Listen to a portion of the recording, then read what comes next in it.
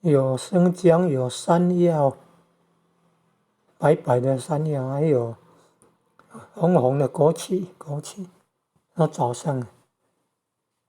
吃呢，煮汤，你看早上吃，姜最好早上吃，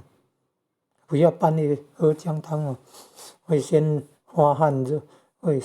流汗，后来如果冬天的话会变冷，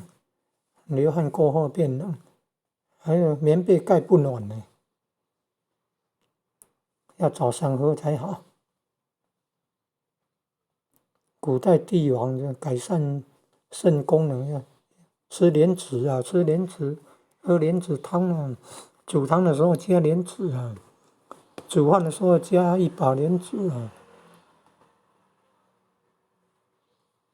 还是要寡欲啊，寡欲精神爽，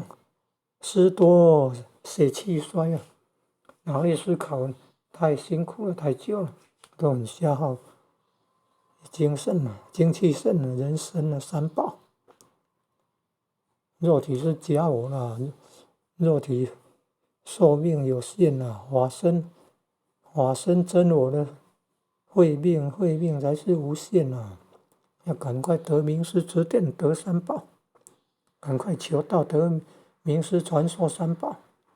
拯救灵性真我啊！看肉体也是要爱惜，只要不是那个自作孽就好了。